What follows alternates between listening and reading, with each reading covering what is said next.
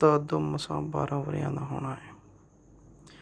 ਵਿਸਾਖ ਦੀਆਂ ਸੱਜਰੀ ਸਵੇਰਾਂ ਵਿੱਚ ਜਦੋਂ ਪਾਲਾ ਆਪਣੀ ਸੀਤ ਗੰਡਰੀ ਚਾ ਕੇ ਰੁੱਤਾਂ ਦੇ ਬੂਹੇ ਦੀ ਚਗਾਠ ਦੇ ਦੂਜੇ ਪਾਸੇ ਪੈਰ ਪਾਉਂਦਾ ਹੈ ਤੇ ਉਧਰੋਂ ਗਰਮੀ ਦੀ ਹਵਾੜ ਦਾ ਨਿੰਮਾ ਸੇਕ ਪਾਲੇ ਨਾਲ ਖਹਿ ਕੇ ਐਸੇ ਬੂਹੇ ਰਾਹੀਂ ਅੰਦਰ ਵੜਦਾ ਹੈ ਤੇ ਇਹਨਾਂ ਕੋਸੀਆਂ ਰੁੱਤਾਂ ਵਿੱਚ ਖੇਸ ਅੰਦਰ ਮੂੰਹ ਵਾੜ ਕੇ ਘੂਕ ਸੌਣ ਦਾ ਸਵਾਦ ਇਹ ਜਿਹਾ ਨਸ਼ੀਲਾ ਹੁੰਦਾ ਹੈ। ਇਹ ਭਈ ਕੋਈ ਠੁੱਡੇ ਪਿਆ ਮਾਰੇ ਬੰਦਾ ਘੇਸ ਮਾਰ ਕੇ ਸੁੱਤਾ ਰਹਿੰਦਾ ਹੈ। ਵਿਸਾਖ ਦੀ ਇੱਕ ਇਹ ਜਿਹੀ ਸੱਜਰੀ ਸਵੇਰ ਸੀ।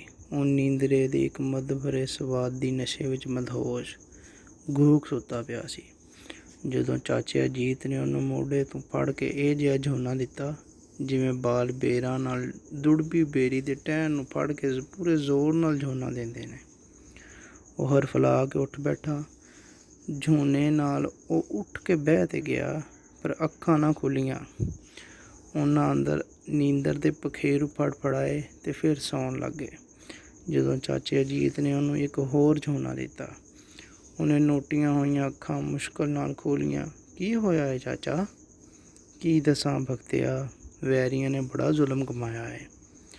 ਨਿਰਦੋਸ਼ਾਂ ਦੀ ਰਾਤ ਨਾਲ ਉਸ ਬਾਗ ਨੂੰ ਲਾਲ ਸੂਹਾ ਕਰ ਛੱਡਿਆ ਹੈ। ਚਾਚੇ ਦੀਆਂ ਅੱਖਾਂ ਵਿੱਚ ਗਲੇਡੂ ਭਰ ਆਏ। ਚੱਲ ਉੱਠ, ਅਸਾਂ ਅੰਬਰਸਰ ਜਾਣਾ ਹੈ। ਪਰ ਕਿਉਂ? ਉਹਦੀਆਂ ਅੱਖਾਂ ਹਾਲੇ ਵੀ ਉਗੜਦੀਆਂ ਨਹੀਂ ਸਨ ਪਈਆਂ। ਦਰਬਾਰ ਸਾਹਿਬ ਜਾ ਕੇ ਮੱਥਾ ਟੇਕਣਾ ਹੈ? ਨਹੀਂ ਭਗਤਿਆ, ਮੱਥਾ ਟੇਕਣਾ ਹੈ ਪਰ ਦਰਬਾਰ ਸਾਹਿਬ ਨਹੀਂ, ਉਸ ਬਾਗ ਦੇ ਰਤ ਰੰਗੀ ਮੱਟੀ ਨੂੰ ਸਜਦਾ ਕਰਨਾ ਹੈ। ਉੱਠ ਮੇਰੇ ਪੁੱਤਰ। ਪਰ ਚਾਚਾ, ਮੈਂ ਉੱਥੇ ਜਾ ਕੇ ਕੀ ਕਰਨਾ ਹੈ? ਨੀਂਦਰ ਦੇ ਹੁੰਗਲਾਉਂਦੇ ਪਖੇਰੂ ਭਗਤ ਦੀਆਂ ਅੱਖਾਂ ਵਿੱਚ ਫੁਰ ਕਰਦੇ ਵਿਦਿਆ ਹੋਣ ਲੱਗ ਪਏ। ਵੇਖ ਭਗਤਿਆ, ਹੁਣ ਵੇਲਾ ਆ ਗਿਆ ਏ ਭਈ ਤੂੰ ਵੀ ਉਹਨਾਂ ਰਾਹਾਂ ਦਾ ਪਾਂਦੀ ਹੋ ਜਾ ਜਿਨ੍ਹਾਂ ਉੱਤੇ ਸਾਡਾ ਸਾਰਾ ਟੱਬਰ ਇਸ ਦੇਸ਼ ਦੀ ਆਜ਼ਾਦੀ ਲਈ ਟੁਰਿਆ। ਬਿਨਾਂ ਸ਼ੱਕ ਇਹ ਰਾਹਾਂ ਔਖੀਆਂ ਨੇ, ਕੰਢਿਆਂ ਨਾਲ ਭਰੀਆਂ ਨੇ ਤੇ ਥਾਂ ਜ਼ਹਿਰ ਮੋਰੇ ਨਾਲ ਭਰੇ ਸੱਪ ਡੱਕੇ ਲਾਈ ਸ਼ੂਕਦੇ ਨੇ। ਪਰ ਉਹਨਾਂ ਰਾਹਾਂ ਤੇ ਤੇਰੇ ਟੁਰਨ ਦਾ ਵੇਲਾ ਵੀ ਆ ਗਿਆ। ਮੇਰੀ ਸਦਰ ਏ ਭਈ ਤੂੰ ਉਸ ਬਾਗ ਵਿੱਚ ਡੁੱਲੀ ਰਾਤ ਆਪਣੀਆਂ ਅੱਖਾਂ ਨਾਲ ਵੇਖੇ ਤੇ ਇਹਨਾਂ ਵਿੱਚ ਵੈਰ ਦੇ ਚੰਗਿਆੜੇ ਭਰ ਲੈ ਜਿਹੜੇ ਆਉਣ ਵਾਲਿਆਂ ਸਮਿਆਂ ਵਿੱਚ ਹੌਲੀ ਭਾਂਬੜ ਬਣ ਕੇ ਉਹਨਾਂ ਵੈਰੀਆਂ ਨੂੰ ਸਾੜ ਕੇ ਸੁਆਹ ਕਰ ਦੇਣ। ਉੱਠ ਭਗਤਿਆ।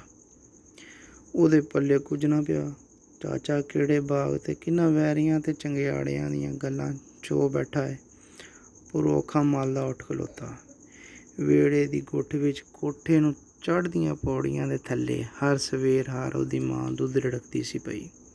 ਮਧਾਣੀ ਦੀ ਸ਼ੂਕਰ ਹਵੇਲੀ ਵਿੱਚੋਂ ਨਿਕਲ ਕੇ ਪਿੰਡ ਦੇ ਦੂਜਿਆਂ ਵਿਹੜਿਆਂ ਵਿੱਚ ਵੀ ਡੱਠੀਆਂ ਮਧਾਣੀਆਂ ਦੀ ਸ਼ੂਕਰ ਨਾਲ ਰਲ ਕੇ ਇੱਕ ਸੁਰੀਲੇ ਗੀਤ ਵਾਂਗ ਹਰ ਪਾਸੇ ਗੂੰਜਦੀ ਸੀ ਪਈ। ਜਿਵੇਂ ਢੇਰ ਸਾਰੀਆਂ ਨਦੀਆਂ ਇੱਕ ਦੂਜੇ ਵਿੱਚ ਰਲਣ ਤੇ ਪਾਣੀਆਂ ਦੇ ਸੁਰਾਂ ਦਾ ਇੱਕ ਦਰਿਆ ਵਗਣ ਲੱਗ ਪੈਂਦਾ ਹੈ।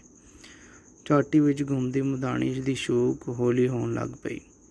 ਮਾਂ ਆਪਣੇ ਜੁੱਸੇ ਦਾ ਪੂਰਾ ਟਿੱਲ ਲਾ ਕੇ ਜਾਗ ਲੱਗੇ ਦੁੱਧ ਨੂੰ ਰਿੜਕਦੀ ਸੀ ਪਈ। ਕਿਉਂ ਜੇ ਦੁੱਧ ਸੰਘਣਾ ਹੁੰਦਾ ਜਾਂਦਾ ਸੀ। ਮੱਖਣ ਦੀਆਂ ਚਿੱਟੀਆਂ ਫੁੱਟੀਆਂ ਮਧਾਣੀ ਦੇ ਗਮਾਉਟ ਨੂੰ ਡੱਕਣ ਲੱਗ ਪਈਆਂ ਸਨ। ਇਹਦਾ ਮਤਲਬ ਸੀ ਭਈ ਦੁੱਧ ਜਿੰਨਾ ਕੁ ਰਿੜਕਣਾ ਸੀ ਉਹ ਰਿੜਕਿਆ ਗਿਆ। ਭਰਜਾਈਏ ਅਜੀਤ ਉਹਦੇ ਗੋਡੇ ਮੁੱਢ ਬਹਿ ਕੇ ਉੱਚੀ ਸਾਰੀ ਬੋਲਿਆ ਤਾਂ ਜੇ ਰਿੜਕਣ ਵਾਲੀ ਦੇ ਕੰਨਾਂ ਵਿੱਚ ਉਹਦੀ ਗੱਲ ਅੱਪੜ ਜਾਏ। ਭਗਤੇ ਨੂੰ ਅੱਧ ਰਿੜਕੇ ਦਾ ਇੱਕ ਛੰਨਾ ਪਿਆ। ਅਸੀਂ ਦੋਵਾਂ ਅੱਜ ਲੰਮੀਆਂ ਮੁਸਾਫਤਾਂ ਦੇ ਪੈਂਡੇ ਪੈਣਾ ਹੈ।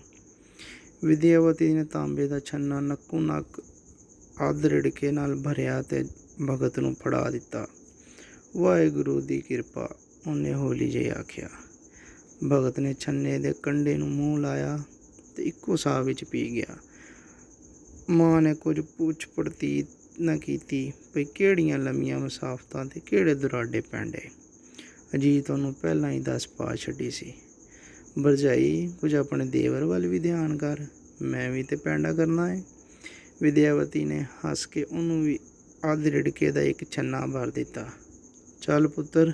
ਅਜੀਤ ਨੇ ਮੁੱਛਾਂ ਉੱਤੇ ਲੱਗੀਆਂ ਮੱਖਣ ਦੀਆਂ ਫੁੱਟੀਆਂ ਪੂੰਝ ਕੇ ਉਹਨੂੰ ਉਂਗਲ ਲਾਇਆ ਤੇ ਉਹ ਦੋਵੇਂ ਹਵੇਲੀ ਤੋਂ ਬਾਹਰ ਨਿਕਲ ਗਏ।